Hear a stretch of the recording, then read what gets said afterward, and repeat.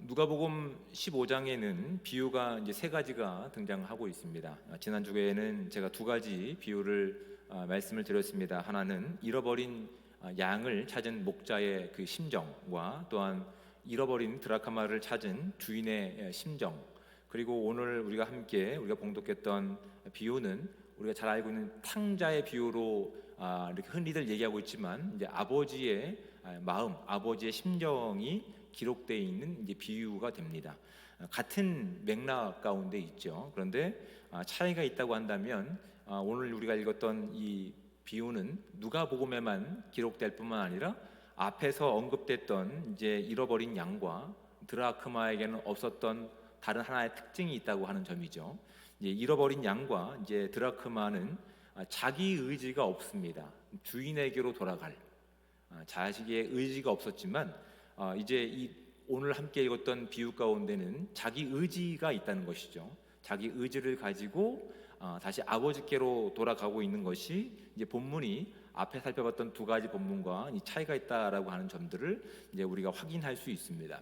이 본문이 의도하고 있는 것이 무엇일지에 대해서 우리가 진지하게 살펴봐야 되는데 그것을 알아가기 위해서 먼저 본문이 우리가 설명하고 있는 비유를 좀 먼저 살펴보고자 합니다.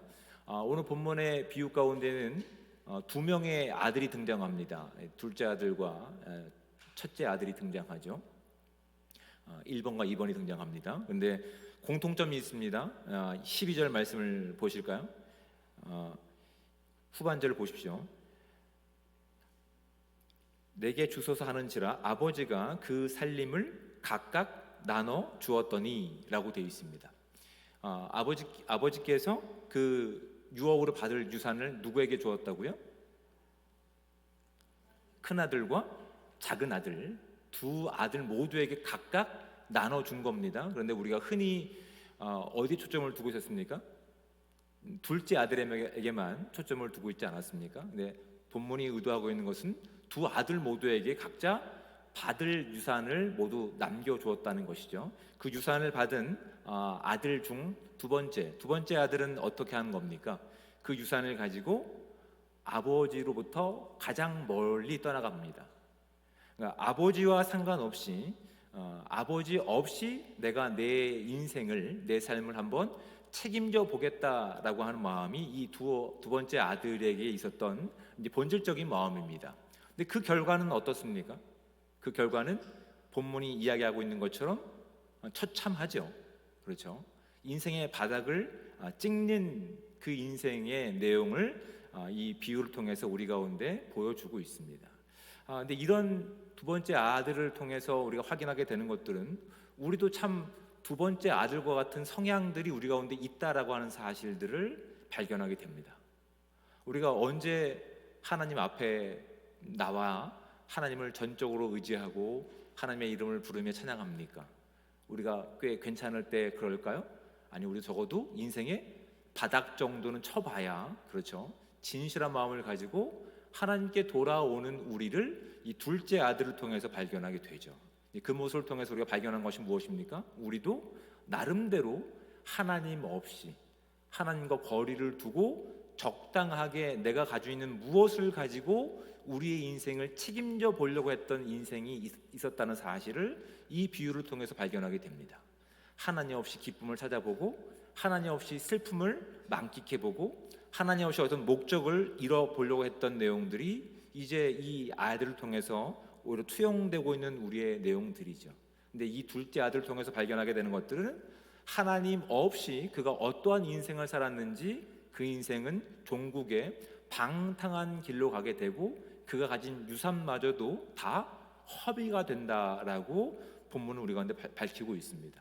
결국 그가 먹고 사는 문제 때문에 유대인들에게는 금기시했던, 부정했던 돼지와 가깝게, 아니 돼지가 먹는 음식과 함께 먹으며 오히려 그 인생이 돼지로 이렇게 전락한 모습임을 우리 가운데 그렇게 이제 보여주고 있습니다. 하나님 없이 뭔가 본인이 자신의 주어진 시간과 자신이 주어진 관계와 자신이 주어진 삶의 방향성들을 책임지려고 발버둥쳤던 결과가 처참하다라고 하는 것을 이 둘째 아들을 통해서 발견하게 되는 것이죠. 정말 행복한 것은 아버지와 함께하는 것이 행복하다라는 사실을 둘째 아들이 깨닫게 되는 겁니다. 둘째 아들이 그것을 깨닫게 된 것은 어떠한 이유 때문도 아니라 적어도 그가 굶주림의 이유 때문에 그렇습니다. 그가 굶주림의 문제 때문에 비로소 이제 돼지와 함께 이렇게 쥐업 열매를 먹는 것 가운데서 내 아버지의 품을 그리워하고 있는 것이죠. 먹는 것 때문에. 이 먹는 것 때문에 이 아들은 아버지께로 돌아갈 만한 터닝 포인트가 되는 겁니다. 근데 이 아들을 기다리고 있는 아버지는 어떻습니까? 오히려 아버지의 어떤 위엄과 아버지의 격식과 아버지의 자리를 버리고 이 아들이 돌아오기만을 그렇게 기다리고 있는 모습 가운데서 그 허물이 또한 그 잘못이 크다 하더라도 아버지의 그 사랑과 아버지의 능력은 그 아들의 허물을 덮어버리고도 남는다고 하는 사실이 이제 둘째 아들을 통해서 우리가 발견하게 되는 내용들이죠. 첫째 아들은 어떻습니까? 첫째 아들은 아버지와 함께 계속 함께 하고 있었습니다. 계속 함께 하고 있었음에도 불구하고 동생이 돌아온 소식을 듣고 나서 28절 말씀을 함께 보겠습니다. 그가 노하여 들어가고자 하지 아니하거늘 아버지가 나와서 권한대 아버지께 대답하여 이르되 내가 여러 해 아버지를 섬겨 명을 어금이 없거늘 내게는 염소 새끼라도 주어 나와 내 벗으로 즐기게 하신 일이 없더니 아버지의 살림을 창녀들과 함께 삼켜버린 이 아들이 돌아오매 이를 위하여 살찐 송아리줄을 잡으셨나이다 라고 이야기하면서 아버지를 이해하지 못할 뿐만 아니라 아버지를 용서하지도 못하고 있는 겁니다. 자, 두 번째 아들의 문제는 뭐였습니까? 아버지를 떠난 인생 가운데서 그가 스스로 무엇인가 책임지려고 했던 그 결과가 처참한 것이었는데 오히려 첫째 아들에게 있었던 문제는 무엇입니까? 오히려 아버지와 가깝게 있음에도 불구하고 정작 아버지와 함께 누릴 영광이 없는 가난한 인생이 유업을 가지고 있는 첫째 아들의 문제였다고요. 이미 본인이 가지고 있음에도 불구하고 스스로 만족하지 못하고 스스로 그 영광을 살아내지 못하고 오히려 주변 사람들과 비교해 가면서 더 많은 것을 욕심내는 모습이 첫째 아들 가운데 있었다는 것이 본문이 우리 가운데 보여주고 있는 바로 지적입니다. 근데 여러분, 이것이 첫째 아들에게만 있었던 문제일까요? 아니, 우리에게도 있는 문제 같습니다. 우리도 주님을 예배한다고 하면서 우리 가운데 허락하신 모든 것에 감사한다고 하면서 어느새 우리의 마음이 실족하고 우리가 시험 들었다고 하는 것은 하나님이 우리에게 등을 돌리셨기 때문이었을까요? 아니요, 주로 내 옆에 있는 어떤 누군가가 나보다 더 괜찮은 것, 더 쉽게 어떤 보상을 얻은 것으로 인해서 우리가 실족하고 낭망하고 쉽게 얘기해서 시험 들었다고 얘기하지 않나요? 첫째 아들의 모습도 우리에게 있다는 사실을 우리가 확인하게 됩니다. 정말 하나님 앞에 붙어 있음에도 불구하고 우리도 이렇게 하나님께서 주시는 그 영광을 살아내지 못하고 이해하지 못하고 용서하지 못하고 그 영광을 누리지 못할 수 있다는 사실이 큰 아들을 통해서 확인하게 되는 내용들이죠. 그렇다면 우리가 확인해야 되는 이 비유를 통해서 중요한 부분이 있습니다. 과연 아버지의 유산은 무엇일까라고 하는 부분이죠. 우리가 기대했던 것들은 대부분 이런 겁니다. 이 땅에서의 주어지는 보상 같은 거죠. 뭐 물질적인, 금전적인, 아니면 어떤 동산일 경우라도 그것이 자동차가 될 수 있죠. 그런 것을 가지고 우리가 유산으로 아마 이해하고 있을 겁니다. 그러니까 이 땅에 제한된 것을 가지고 이 땅에서 만족하는 것을 가지고 아버지의 능력과 아버지의 영광을 제한하려고 했던 둘째 아들과 첫째 아들을 바라보게 되는 겁니다. 근데 그것이 자기 손에 쥐어지지 않자 아버지의 영광이 무엇인지를 그들은 알지 못하고 이 땅의 것을 가지고 서로 경쟁하고 싸우게 되는 것이라고요.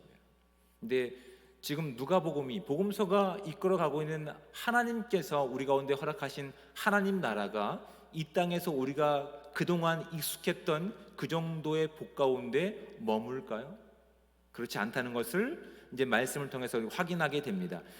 본문 가운데는 드러나고 있지 않지만 누가복음 이제 17장까지 가면 누가복음 17장 25절 말씀에 이렇게 되어 있습니다. 그러나 그가 먼저 많은 고난을 받으며 이 세대에게 버림바 되어야 할지니라 라고 되어 있는 거예요.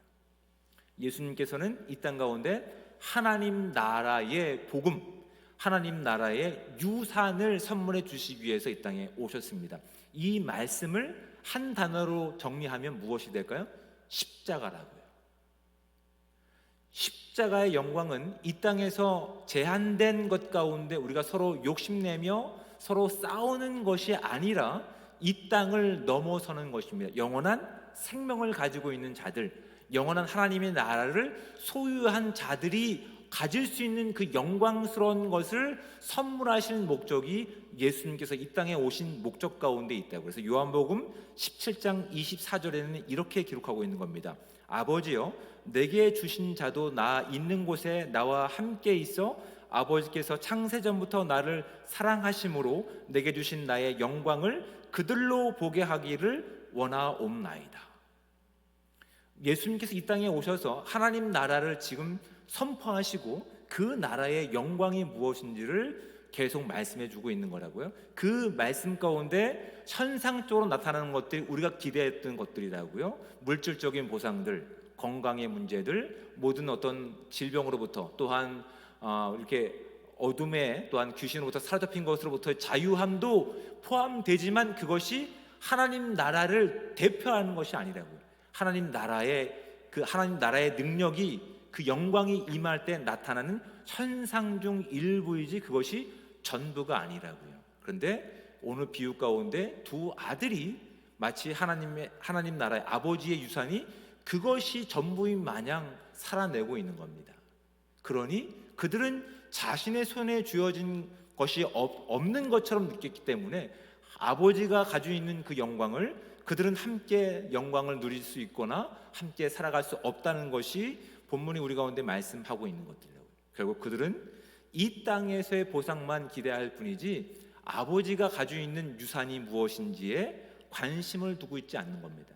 아버지께 유산을 받았지만 그 유산을 온전히 사용하거나 그 유산에 걸맞는 삶을 살아내지 못하는 것들을 성경은 우리 가운데 보여주고 있는 겁니다. 그래서 아버지가 자녀들 가운데 그렇게 이야기하고 있는 거라고. 나와 함께 이 기쁨에 참여할 수 없더냐. 이 아이는, 둘째 아이는 죽었다가 다시 나에게 돌아온 아이란다.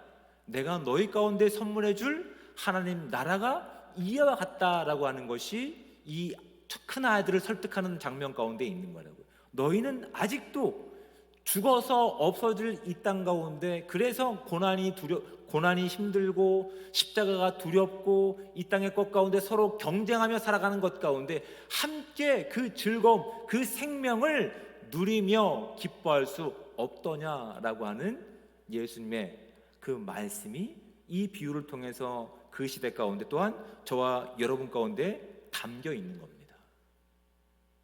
여러분, 저와 여러분은 지금 하나님 나라를 소유한 자들입니다. 저와 여러분 가운데는 영원한 생명이 약속되었고 우리가 죽음이라고 하는 관문을 넘어서면 하나님 나라의 영원한 영광이 저와 여러분 가운데 있는 겁니다. 그것을 아는 자들은 이 땅에서 그것을 알지 못하는 자들 때문에 겪게 되는 수치죠. 그것을 쉽게 한 단어로 표현하면 십자가라고요. 십자가를 당연한 것으로 여긴다고요. 예수님도 십자가를 개의치 않으셨어요. 십자가를 통해서 그 영광을 바라보셨다라고 히브리서에 기록하고 있거든요. 근데 우리는 그 영광까지는 아니라 하더라도 그 하나님과 함께하는 그 시간 가운데서 전혀 엉뚱한 생각과 전혀 엉뚱한 방향으로 복을 제한하고 있다는 것이 오늘 본문을 통해서 우리가 확인하게 되는 내용들입니다. 그래서 우리가 살펴봐야 되는 내용은 신약 성경 로마서 8장 31절부터 말씀을 우리가 좀 찾아봐서 함께 읽고 확인하기를 원합니다. 신약 성경 로마서 8장 31절부터 39절까지 말씀입니다. 신약 성경 250쪽에 해당됩니다. 로마서 8장 31절부터 39절까지 말씀. 자, 저와 함께 한번 읽도록 하겠습니다. 로마서 8장 31절부터 39절까지 말씀. 그런즉 이 일에 대하여 우리가 무슨 말 하리요? 만일 하나님이 우리를 위하시면 누가 우리를 대적하리요?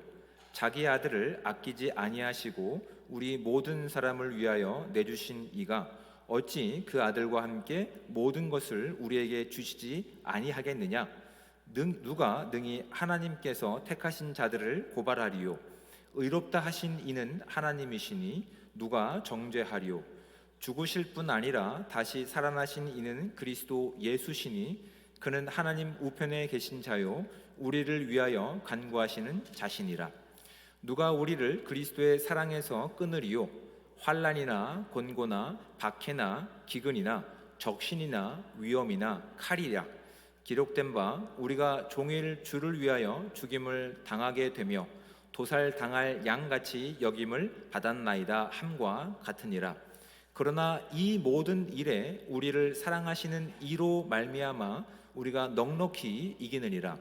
내가 확신하노니 사망이나 생명이나 천사들이나 권세자들이나 현재일이나 장래일이나 능력이나 높음이나 깊음이나 다른 어떤 피조물이라도 우리를 우리 주 그리스도 예수 안에 있는 하나님의 사랑에서 끊을 수 없느니라. 아멘. 이해가 되십니까? 이미 예수님께서 그 십자가를 통해서 우리 가운데 무엇을 선물하신 겁니까? 하나님 나라를 선물해 주신 겁니다. 그 하나님 나라에는 영원한 생명이 있고 약속이 있기 때문에 그 삶을 살아가는 우리에게는 우리가 주어진 우리의 시간 가운데 35절 말씀 가운데 환난이나 공고나 박해나 기근이나 적신이나 위험이나 칼이랴, 한마디로 말해서 십자가가 되겠죠. 이런 것들이 우리를 그리스도 예수 안에서 끊을 수 없다라고 이야기하고 있다고요. 그 영광을 차지하는 우리가 어떠한 삶을 살아내야 되는지 사도 바울은 지금 로마에 있는 교회 가운데 이 말씀을 하고 있는 것들이라고요. 그런데 우리는 이 영광과 이 하나님 나라에 대한 본질적인 내용이 아니라 여전히 이 땅에서 손에 쥐어지는 결과, 복음의 어떤 현상적인 부분만을 가지고 서로 경쟁하고 서로 용납하지 못하고 서로 이기적인 모습으로 하나님께서 이 땅을 향한 그 마음이 우리 가운데 없음을 오늘 본문을 통해서 저와 여러분 가운데 말씀을 하고 계신 거라고요. 여러분, 잃어버린 자가 돌아오는 일 때문에 겪게 되는 곤고라면, 배고픔이라면, 그것이 칼이라면 감사할 수 있는 우리가 되시기를 주님의 이름으로 축복을 드립니다. 왜냐하면 우리에게는 하나님께서 이미 예수 그리스도를 통해서 그 십자가의 은혜로 모든 것을 주신 그 유산이 저와 여러분 가운데 약속되었기 때문에 그렇습니다. 그 약속에는 예수님께서 걸으셨던 십자가의 길도 포함되고 있는 거라고요. 근데 그 약속을, 그 유산을 나는 싫습니다, 나는 그 길이 마음에 들지 않습니다, 그러니 하나님 없이 내 마음대로 한번 해보겠습니다 라고 했던 사람이 누구라고요? 둘째 아들이라고요. 유산을 가지고 있지만 하나님의 방식이 마음에 들지 않습니다. 그러니 하나님 없이 제가 원하는 방식대로 한번 살아보겠습니다 라고 하나님과 하나님께서 원하시는 방식과 그 복음을 떠난 인생이 둘째 아들의 경우라고요. 근데 그 결과는 어떻다고요? 참담한 결과로 비로소 그가 이 땅에 가지고 있는 그 어려움 가운데 노출되었을 때에 하나님은 이런 모든 것에서도 나의 아버지 되어 주셨지라고 하는 회개가 결국 뒤따라야 아버지께 돌아올 수 있는 인생이었음을 둘째 아들을 통해서 경험하게 되는 거라고. 큰 아들은 어떻습니까? 함께 하고 있지만 정작 그 영광을 살아내지 못한다고 한다면 그 영광이 그에게는 아무 유업이 되지 않습니다. 아무런 유산이 되지 않습니다. 함께 기뻐하지 못하는 이기적인 마음 가운데 그 역시도 하나님 없이 자신이 만들어가는 율법적인 인생 가운데서 그렇게 누군가를 예수 그리스도 안에 누릴 참 자유 가운데 버리게 만드는 그런 일들을 하고 있다고 성경은 우리 가운데 분명히 지적하고 있는 것들이라고요. 근데 이 말씀이 저와 여러분 가운데 없는지를 살펴보셔야 되는 겁니다. 이 문제를 가지고 사도 바울은 또한 디모데후서에서 이렇게 기록하고 있습니다. 디모데후서 1장 8절을 제가 읽어드립니다. 그러므로 너는 내가 우리 주를 증언함과 또는 주를 위하여 갇힌 자 된 나를 부끄러워하지 말고 오직 하나님의 능력을 따라 복음과 함께 고난을 받으라. 영적인 아들 디모데에게 이 서신서를 쓴 겁니다. 이유는 이렇습니다. 복음을 전하는 사도인데 그가 옥에 갇힌 일로 인해서 사람들 가운데 수군거림이 되는 겁니다. 정말 그 사람이 하나님의 사도 맞아? 왜 사도가 굳이 법정에 이렇게 죄인이 되어서 끌려가 다니면서 그렇게 묶인 바가 되었을까? 가짜 아닐까? 그 사도권은 거짓말이 아닐까? 근데 오히려 사도 바울은 정확하게 하나님의 유산을 그가 소유한 자였기 때문에 오히려 그것을 영적인 아들 디모데에게 다시 한번 이렇게 얘기하는 겁니다. 다시 한번 읽어드립니다. 그러므로 너는 내가 우리 주를 증언함과 또는 주를 위하여 갇힌 자 된 나를 부끄러워하지 말고 오직 하나님의 능력을 따라 복음과 함께 고난을 받으라. 고난을 피하라고 되어 있습니까? 고난을 함께 받으라고 되어 있습니다. 왜냐하면 우리가 얻게 된 하나님 나라의 유산은 우리가 이 땅에서 기대하는 그 유산의 범위를 초월하거든요. 진정한 이 땅 가운데 하나님께서 기뻐할 만한 모든 사람 가운데 갇힌 자들을 정말 위로할 수 있는 것은 밖에 있는 사람이 아닙니다. 오히려 그 갇힌 자가 그들을 위로할 수 있습니다.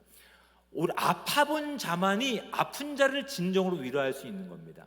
혼자 대본 외로움 가운데 있는 자만이 이 땅에 혼자 된 자를 진정 위로하고 격려할 수 있는 거라고요. 가난한 자를 누가 위로할 수 있겠습니까? 많은 자들? 아니, 오히려 가난한 자가 하나님의 그 사랑을 가지고 넉넉함을 가지고 생명을 가지고 그들 가운데 위로하고 격려할 수 있는 진정한 하나님의 유산을 가진 자가 될 수 있는 거라고요. 그래서 하나님께서 때로 하나님의 경륜 가운데 저와 여러분들을 그 십자가 가운데 우리가 원치 않는 길 가운데 보내신 적도 있다고요.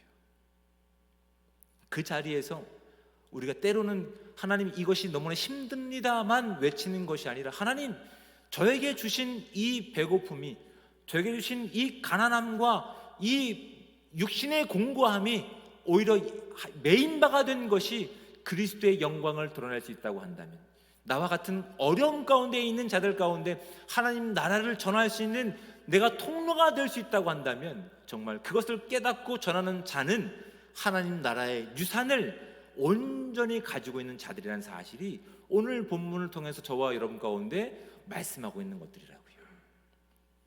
우리가 기도해야 되는 것이 당연하죠. 누가 고통을 좋아하겠습니까? 그렇죠? 고통을 좋아하는 사람이 주변에 계십니까? 적잖게 위로해 주셔야 됩니다. 정신이 아닙니다. 제정신이 아닙니다. 우리는 그렇게 할 수 없습니다. 다만 우리가 기도할 때 하나님 저희들의 믿음이 저희들의 육신의 한계가 그것을 감당할 수 없으니 하나님께서 주신 믿음을 가지고 하나님 저희 가운데 치유해 주시고 위로해 주십시오. 함께 기도하는 자들 가운데는 그 치유함을 가지고 큰 위로가 될 수 있거든요. 그런데 그것이 우리가 원하는 시간이 아니라 하더라도 저와 여러분 가운데 무엇이 있기에 하나님 나라에 약속된 유산이 있기에 그것을 기쁨을 가지고 가는 거라고요. 그럴 때 비로소 우리는 하나님 유산을 소유한 자들로서 동일한 그 길 가운데 있는 방치된 누군가 가운데 가서 그들 가운데 진정 하나님의 위로를 줄 수 있고 그들 가운데 하나님 나라의 선물을 줄 수 있다는 사실을 기억할 수 있는 복되고 귀한 삶이 저와 여러분 가운데 있기를 주님으로 축복을 드립니다. 오늘날 우리가 이 믿음을 가지고 살아내기 원합니다. 이 믿음을 가지고 이 땅을 바라보기 원합니다.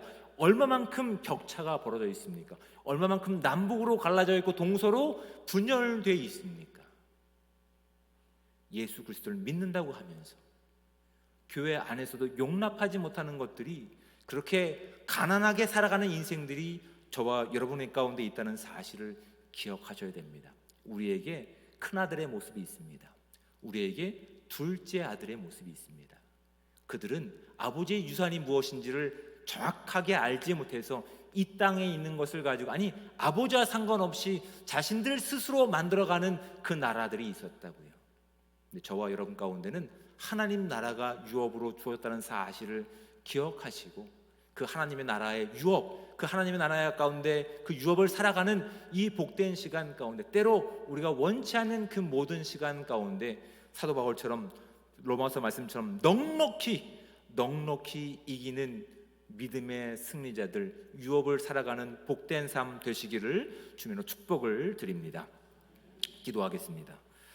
사랑이 많으신 하나님의 은혜에 감사드립니다. 우리를 이렇게 사랑하셔서 주의 자녀 삼아 주시며, 또한 하나님 나라의 그 천국의 복음을 살아갈 수 있는 유산을 우리 가운데 맡겨주신 은혜에 감사드립니다. 하나님, 그 유산이 무엇인지를 분명히 알아 하나님, 우리가 어떠한 형편이든지 온전히 하나님 그 영광을 살아낼 수 있는 믿음을 허락하여 주셔서 넉넉히 이길 수 있는 믿음을 가지고 주어진 십자가를 자랑하며 십자가를 걸어낼 수 있는 복되고 귀한 공동체 될 수 있도록 인도하여 주시옵소서.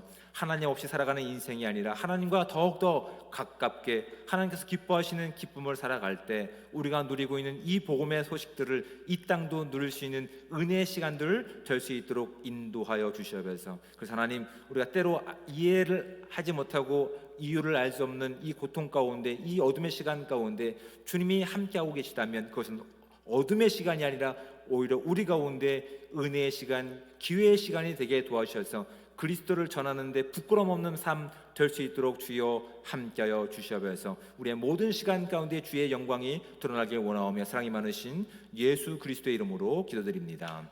아멘.